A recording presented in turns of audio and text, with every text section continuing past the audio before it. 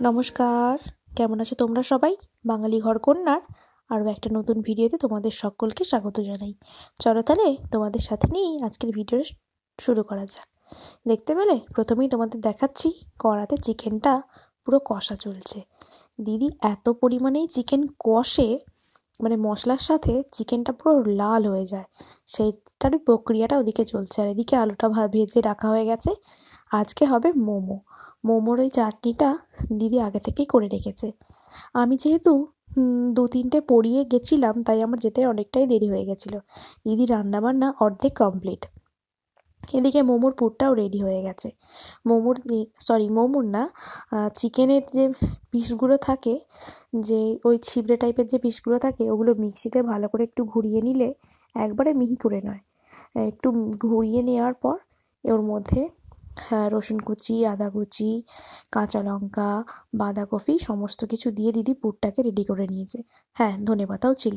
আর যাবতীয় নুন, লঙ্কা গুঁড়ো, যা যা লাগে সমস্ত কিছু দিয়ে দিয়েছে। আর এদিকে ময়দাটাও মাখা হয়ে গেছে। এখন ছোট ছোট করে দুজনে লেচি কেটে নেব। লেচি কেটে নিয়ে এখন মোমোটা রেডি করতে থাকবো। যেহেতু অনেকটা সময় লাগবে, সেজন্য অনেকটা আগে থেকেই দুজনে বসে গেছি। আবার কি সমস্যায় পড়েছি দেখো, মোমোর যে এই যে গুঁড়িগুলো এখন দেখতে পাচ্ছ, এগুলো অনেকটাই বড় বড় হয়ে গেছিলো। আবার এগুলো থেকে কেটে কেটে কেটে কেটে আবার ছোট ছোট করেছি। অনেকটা এখানে টাইম চলে গেছে। 3-4 জন মিলে একসাথে করে মোমো ভেতরে পুর দেওয়াটা কমপ্লিট করেছি। এই দেখো, তোমাদের বললাম দিদি এত পরিমাণে চিকেনটাকে কষে যে পুরো লাল হয়ে যায়। দেখতে পাচ্ছ এত কষছে, তোমরা ভিডিওটা প্রথম থেকে দেখলে বুঝতে পারবে। এখনও কষা ওর চলছে। ঠিক আছে, কষা চলুক। আর এত পরিমাণে হাওয়া দিচ্ছে, আমি তোমাদেরকে ঠিকভাবে দেখাতেও পারছি না। রান্নাঘরের মধ্যে যে অ্যাডজাস্ট যে ফ্যান থাকে সেটা চালালাম, তাও হাওয়ার বাইরে গেল না। আর এই দেখো, সব বাটি হাতে চলে এসেছে চিকেন কষা খেতে। ওটা আমার দিদির ছেলে, ওটা আমার ভাগনা। আর এই যে দেখো, এখনও চলছে। এটা মোটামুটি এখনও আধ ঘন্টার ওপর চলবে। ওর ও আসবে, এসে ওই নিচের দিকে যাতে লেগে না যায়, তার জন্য এটা ভালো করে চারিদিক থেকে খুন্তিতে করে নাড়িয়ে দেবে। এখন চললো ওর এই চিকেন কষার এটা। এই দেখো, ওই যে বড় বড় গুঁড়িগুলো, ওইগুলোকে আবার বসে বসে গিয়ে কেটেছি।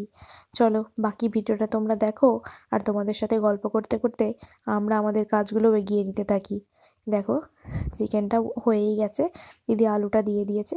যেহেতু আলুটা একদম ভাজা ভাজাই ছিল, সেই জন্য আর আলুটা দিয়ে সেদ্ধ করেনি। ভাজতে ভাজতে আলুটা সেদ্ধ হয়ে গেছে। এই দেখো, অনেকটাই বড় বড় হয়ে যাচ্ছে। পুর দেওয়ার পর বুঝতে পারলো, সেই জন্য আবার ছোট ছোট টুকরো করে সেটাকে করতে থাকলাম। যেহেতু ছোট ছোট করা হয়েছে, সেহেতু সংখ্যায় তো অনেক বেশি হয়ে গেছে, অনেকটা সময় লেগেছে। ওই দিন আমরা দিদির বাড়ি থেকে বাড়ি ফিরেছিলাম প্রায় 12টার পর।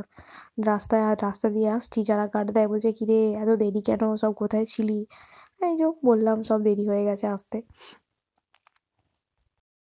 আজকে আমাদের রাত্রেবেলার মেনু ছিল রুমালি রুটি, চিকেন কষা আর মোমো।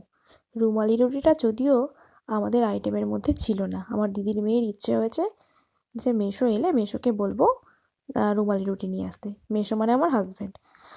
ওর যেতে দেরি হবে, সেই জন্য আমি বললাম তাহলে চলে যা, আগে থেকে নিয়ে চলে আয়। গিয়ে দিদির ছেলে ও গিয়ে আগে থেকে রুমালি রুটি নিয়ে চলে এলো। খাওয়া দাওয়াটা ভালোই হয়েছে। তোমরা যারা আমার ভিডিও দেখো তারা প্রত্যেকেই জানো মোমো খেতে আমার ভীষণ ভালো লাগে। সেই জন্য তো আমি রুমালি রুটির ধারের কাছ দিয়েও গেলাম না, আমি মোমোতেই আটকে গেছিলাম।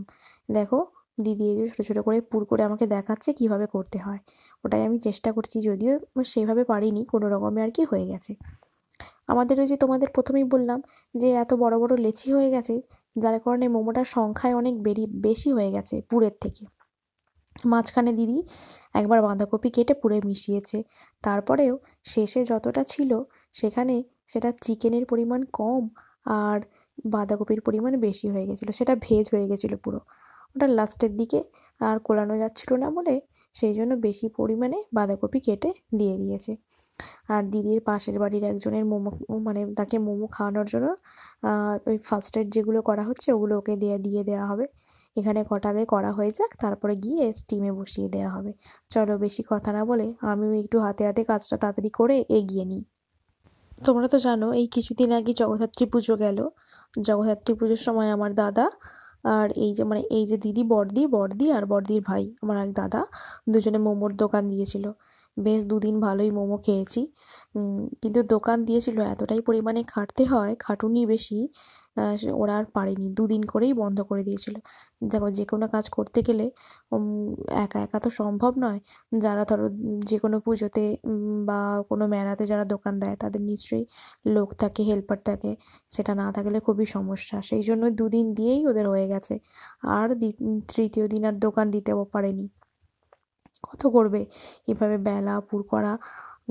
রেগুলার যাদের অভ্যাস থাকে সেখানে ঠিক আছে, যেহেতু রেগুলারের অভ্যাস নেই সেহেতু ওদের কাজটা করতে প্রবলেমও হচ্ছিল।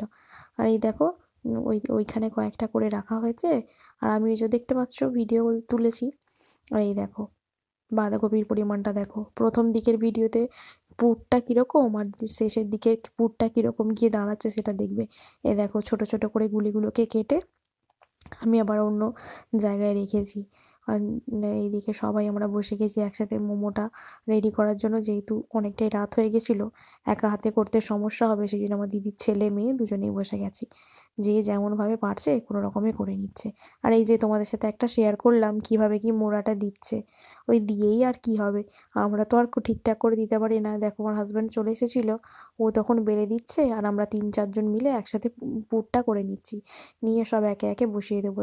দেখতে পাচ্ছ দেখো কতগুলো এখনো গোল্লা পড়ে আছে আর কতটা পরিমাণে পুর আছে। সেই জন্য আবার একটা গোটা বাঁধাকপি কেটে এর মধ্যে দিয়ে দেওয়া হয়েছে যাতে জিনিসটা কুলিয়ে যায়। এই দেখো এটা নামিয়ে নিল, এটা 2 নম্বর মানে চলছে আর কি। 1 নম্বর স্টিম থেকে নামিয়ে একজনকে দেওয়ার ছিল তাকে দিয়ে এসেছে, এরপরেই দেখো আমার দিদির ছেলের চলছে, ও গিয়ে গিয়ে একটা একটা করে পেছন দিক থেকে তুলে তুলে খেয়ে নিচ্ছে। অবশ্য ও একা খায়নি, আমরা সবাই করতে করতেই খাচ্ছিলাম। যাই হোক, অনেক গল্প করতে করতে অনেক কথা শেয়ার করতে করতে আমাদের মোমোটা প্রায় শেষের দিকেই চলে এসেছে। তোমরা যদি রেসিপিটা ট্রাই করো তাহলে কিন্তু আমায় কমেন্টে জানাবে। আর যারা এখনও পর্যন্ত আমার চ্যানেলটা সাবস্ক্রাইব করোনি তারা কিন্তু আমার চ্যানেলটাকে একটু সাবস্ক্রাইব করে দিও। আর ভিডিও যদি ভালো লাগে তাহলে কিন্তু অবশ্যই একটা লাইক করে যেও, লাইক করে যেন চলে যেও না। আর হ্যাঁ, ভিডিওটা পুরোটা দেখো তারপরে যেও। মেনু শেষ পর্যন্ত কি পরিণতি হলো সেটা তো জানতে হবে না। ওই দেখছো মোমোগুলোর কি অবস্থা দেখছো, কারো বাবা আছে, কারো মা আছে, কারো ভাই বোন, সে কত রকমের ডিজাইন, সে বলার বাইরে। মোমো শুরু হওয়া থেকে শেষ হওয়া পর্যন্ত এতই খেয়েছি আমরা, মানে কি বলবো, মানে আমি তো একদম বেশি, আমি আর আমার দিদির ছেলে দুজনে শুরু থেকে চলছে দুজনে। আর দিদি তো ওই দিন চিকেনেও ঝাল, মোমোর যে পুর করেছে তাতেও দিয়েছে এক গাদা ঝাল, চাটনিতে ঝাল, সবেতেই ঝাল, পুরো ঝালে ঝালে মানে কি বলবো। আমার হাজবেন্ড অত পরিমাণে ঝাল খায়, তারও ঝাল লাগছে, জামাইবাবু তাও ঝাল। ওই দেখো দেখো আমার দিদির ছেলে পেছন দিক থেকে তুলে নিয়ে চলে এলো। এই দেখো এখন আমরা বসে গেছি খেতে। এই যে স্যালাড কাটা হয়ে গেছে, শসা পেঁয়াজ, আর এদিকে মোমো, এদিকে চিকেন, চিকেনের কালারটা শুধু দেখো, চিকেন আর রুমালি রুটি, চাটনি, মোমোর চাটনি, সমস্ত কিছু। মোমো চাটনির মধ্যে টমেটো, শুকনো লঙ্কা, একটু আদা রসুন সমস্ত কিছু মিক্সড করা আছে। আর এই দেখো সবাইকে দিদি এখন তুলে তুলে খেতে দিচ্ছে। চলো তাহলে ভিডিওটা আমি এখানেই শেষ করছি। সবাই ভালো থাকবে, সুস্থ থাকবে, সাবধানে থাকবে। যারা এখনও পর্যন্ত আমার চ্যানেলটা সাবস্ক্রাইব করনি তারা কিন্তু চ্যানেলটা সাবস্ক্রাইব করে যেও। আমার এই ছোট ছোট ভিডিওগুলো যদি তোমাদের ভালো লাগে অবশ্যই কিন্তু একটা লাইক করে যেও। চলো তাহলে এখানেই শেষ করছি, দেখা হবে পরের দিন আরও একটা নতুন রান্নার ভিডিও, একটা ছোটোখাটো ভিডিও, যাই হোক কিছু একটা নিয়ে তো দেখা করবোই। চলো এখানেই শেষ করছি, সবাই ভালো থেকো, সুস্থ থেকো, সাবধানে থেকো, টাটা।